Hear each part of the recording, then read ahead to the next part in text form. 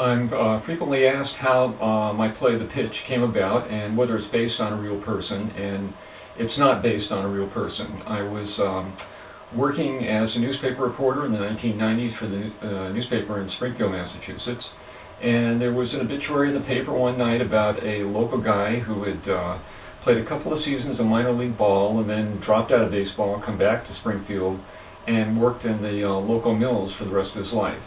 And I had some interest in writing fiction, and I saw this and thought it might make a good short story. And the short story was about two sports writers who write a biography of this obscure player, but they spend all their time arguing. And but I never really did much with the story. It went in a drawer, and about 10 years went by, and around 2010, 2011, I was looking for a way off the paper because the paper, like most papers, was falling apart. And I thought of the short story, thought it might make a good film script.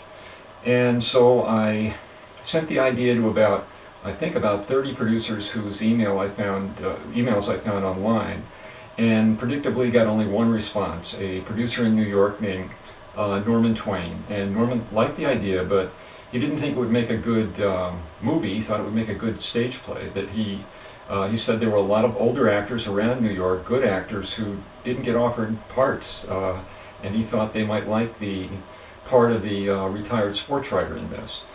So I spent about 6 months, wrote it as a play, and sent it to Norman. He liked it, he optioned it, and immediately got interest in the part of the retired sports writer from Brian Dennehy, a very good actor in New York, winner of 2 Tony Best Actor awards, and starred in a lot of movies, and if you Googled him, you'd know who he was. He unfortunately died about a month ago.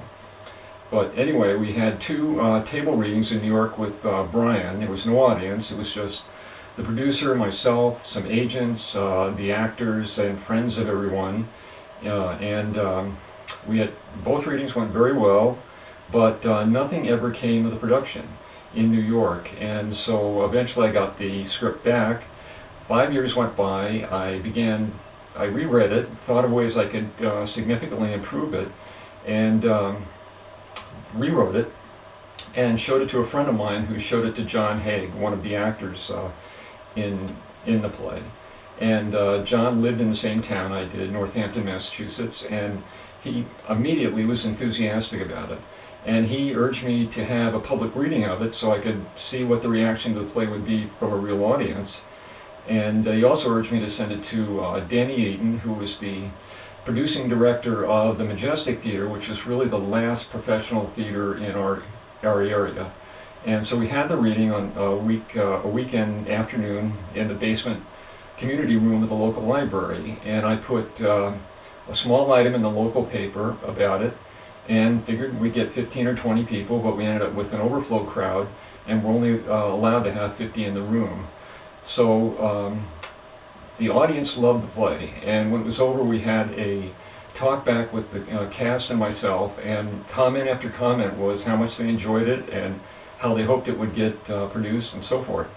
And then about the same time Danny Eaton read it, and he liked it and did a very unusual thing to offer to make an offer on the play to run it during his main stage season, a 5-week season for each play in his main stage season.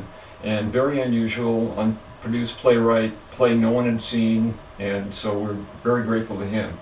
And 2 of the actors in that original reading, Julian Finley and John Haig, both got the roles at the Majestic, even though they were actors trying out from all the way from Boston to New York.